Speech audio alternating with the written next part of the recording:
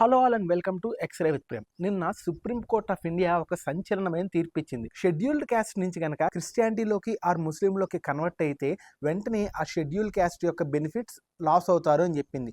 ఈ తీర్పు only supreme court of ఇండియానే కాదు, ఆంధ్రప్రదేశ్ హైకోర్టు కూడా ఇదే తీర్పు ఇచ్చింది. అసలు ఈ తీర్పు ఎందుకు ఇచ్చింది, అసలు ఈ కేసు ఎందుకు బయటకు వచ్చిందో డీటెయిల్డ్గా చూద్దాం. ఆంధ్రప్రదేశ్ బాపట్ల డిస్టిక్లోని పెట్టలవానిపాలెం అనే పల్లెటూరులో ఆనంద్ అనే ఒక వ్యక్తి ఉన్నాడు. ఆయన మాదిగ కమ్యూనిటీలో పుట్టి లేటర్ కొన్నాళ్ళ తర్వాత క్రిస్టియానిటీలోకి కన్వర్ట్ అయ్యాడు.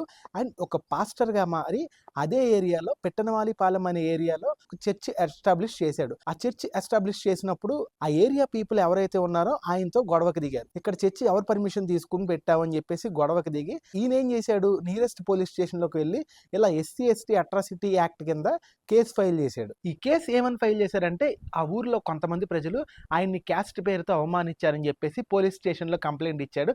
అండ్ పోలీసులు కూడా SC/ST అట్రాసిటీ యాక్ట్ కింద కేసు ఫైల్ చేసి ఇంకా పోలీసులు FIR ఫైల్ చేసి ఈ కేసుని కోర్టుకు మూవ్ చేశారు.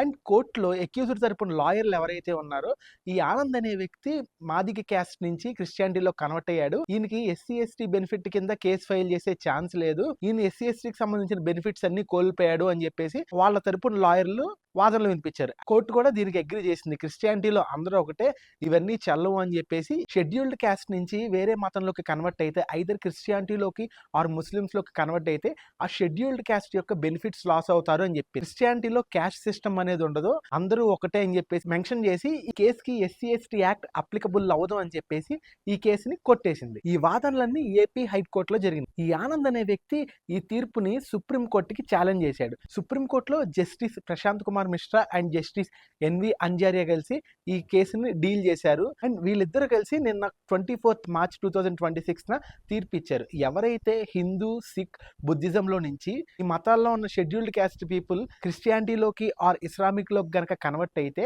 ఆ షెడ్యూల్డ్ క్యాస్ట్కి ఉన్న బెనిఫిట్స్ లాస్ అవుతారు అని చెప్పేసి నిన్న వీళ్ళిద్దరు కలిసి ఒక సంచలనమైన డెసిషన్ ఇచ్చారు. ఈ షెడ్యూల్డ్ క్యాస్ట్లో నుంచి వేరే రిలీజియన్లోకి కన్వర్ట్ అయితే ఈ షెడ్యూల్డ్ క్యాస్ట్ యొక్క బెనిఫిట్స్ పూర్తిగా లాస్ అవుతారు.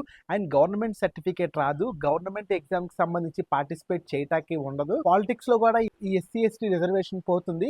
ఇలా ఏ రకంగా చూసుకున్నా ఈ scheduled caste reservations and benefits ఏవైతే ఉన్నాయో అవన్నీ పూర్తిగా లాస్ట్ అవుతాయి అని చెప్పారు. That's it for the video. Thank you for watching our videos. Take care and bye.